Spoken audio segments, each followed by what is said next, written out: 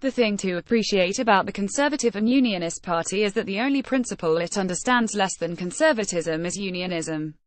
The Tories have convinced themselves that these concepts mean the perfect opposite, so that conservatism is a counsel of market dogmatism and social reaction, and unionism is the English national interest with brief interludes from Glasgow and Belfast. Like a constitutional last night of the Proms, the Tories unionism has always been more honoured in the breach than the observance. If their handling of the Scottish referendum result was not confirmation enough, their pursuit of a hard Brexit has put it beyond all doubt. Tory Brexiteers were warned that their fetid fantasy of national liberation and restored glory would do violence to the very union they claim to care about.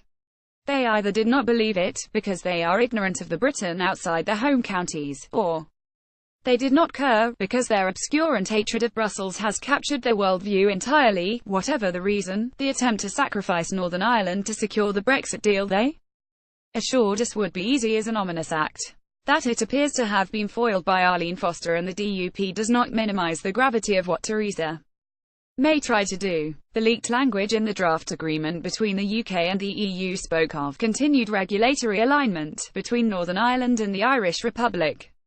In effect, Northern Ireland would have remained in the single market and customs union while the rest of the UK left. That the Prime Minister imagined she could get away with such a ruse speaks grimly of her political brain and her government's grasp of the delicate settlement that exists across the Irish Sea. A border between North and South would imperil free movement, trade, Anglo-Irish relations, not to mention the uneasy peace. But a border between Northern Ireland and Great Britain, albeit an economic and regulatory one, would threaten the future of the United Kingdom itself. Ulster would become the shared custody of the UK and the EU, and in economic terms at least Ireland would be united. It is not hard to see how this arrangement over time would foster political and cultural homogeneity too. Where the Shinners and the Provost failed, 10 Downing Street would have succeeded. Now, we know just how much Theresa May is willing to give away to secure Brexit, almost everything. As the reactions from Nicola Sturgeon, Carwyn Jones and Sadiq Khan showed. Leaving Northern Ireland in the EU would prompt demands for Scotland, Wales and London to be left in too. A butcher knife taken to the UK, all to satisfy people who demand a sovereignty they never lost and freedom from regulations that don't exist. Nationalism is the treachery of patriots. There is a solution to all this, one that would not threaten the constitutional integrity of the United Kingdom, and it's pretty simple to follow or abide by the will of the voters. A majority of Britons voted to leave the European Union. No one voted to quit the single market because the option was not on the ballot. Yes, the Tories committed to leaving in their 2017 election manifesto, but that document has already earned its place in history for failing to command a majority of seats in Parliament. Ordinarily, a reset such as this would be profoundly embarrassing and could fatally undermine the government's credibility.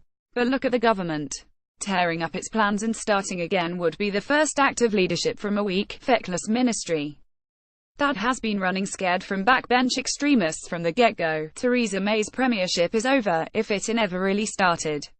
There is no hope for a turnaround, no chance of redemption. You don't come back from almost losing to a communist. The Prime Minister should feel liberated by this dread reality, for it means she is no longer a prisoner of the Brexit ultras.